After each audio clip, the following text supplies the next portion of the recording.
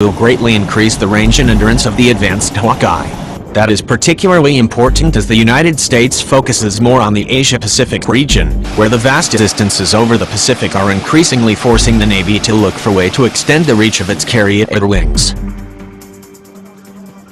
Captain Keith Hash, E-2 or C-2 Airborne Tactical Data Systems Program Manager said, "Passing fuel for the first time airborne is a significant milestone in the development of this critical technology for the E-2D, which increases the range and persistence of command and control the E-2D provides to U.S. and allied forces." According to Northrop Grumman and the U.S. Navy, the first E-2D equipped with aerial refueling successfully received its first in-flight fuel transfer from a tanker aircraft on July 14th. During the 4-hour flight, the pilots performed 10 dry plugs and 2 wet plugs, resulting in the successful transfer of more than 1,700 pounds of fuel from a U.S. Navy KC-130 Hercules to the E-2D Advanced Hawkeye, reads a Northrop Grumman statement. There are 2 additional aircraft in the aerial refueling test program, which is part of U.S. Navy contract awarded to the company in 2013. All newly built E-2Ds will start to receive the aerial refueling systems modifications starting in 2018. Older aircraft already serving in the fleet will be retrofitted. The new system is set to become operational in 2020.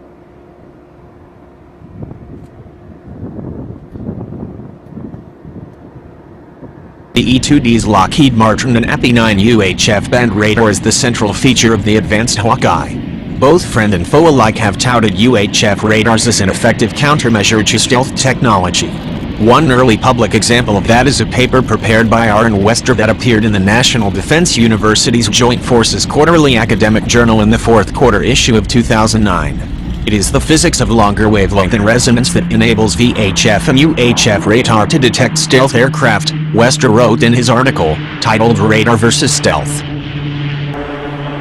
UHF band radars operate at frequencies between 300 MHz and 1 GHz, which results in wavelengths that are between 10 cm and 1 meter long. Typically, due to the physical characteristics of fighter-sized stealth aircraft, they must be optimized to defeat higher frequencies in the Ka bands, Ku bands, X bands, C bands and parts of the S bands.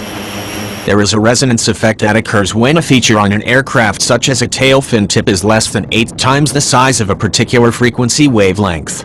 That omnidirectional resonance effect produces a step change in an aircraft's radar cross-section.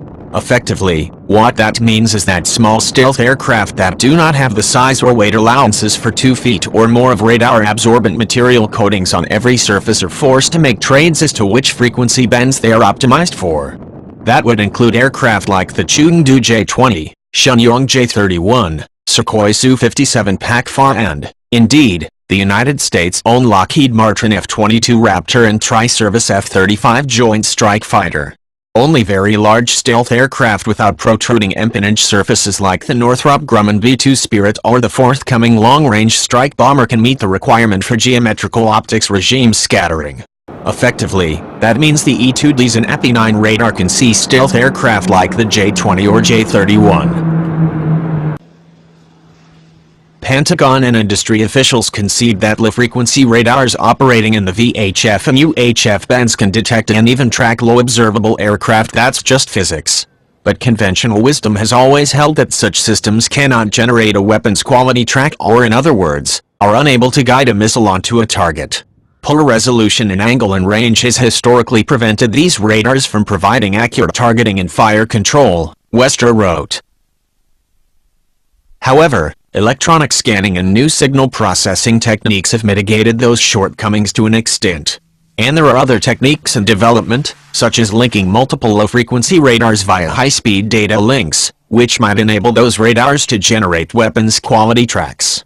But industry officials say those technologies are not ready for prime time. Yet it is possible that the U.S. Navy and Lockheed may have already solved the problem. The service openly talks about the E-2D's role as the central node of its NIFC-CA battle network to defeat enemy air and missile threats.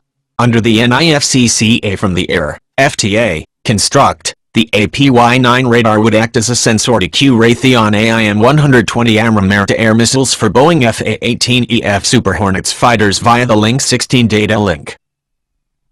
Moreover, The APY-9 would also act as a sensor to guide Raytheon Standard SM-6 missiles launched from Aegis cruisers and destroyers against targets located beyond the ship's Spy-1 radar's horizon via the Cooperative Engagement Capability Data Link under the NIFC-CA from the CFTS construct.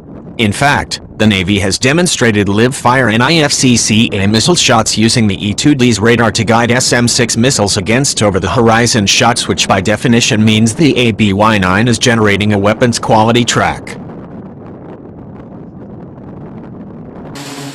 All of that means that the E-2D paired with FA-18EFs, F-35Cs or an Aegis cruiser is the perfect weapon to defeat enemy stealth fighters like the J-20 or J-31.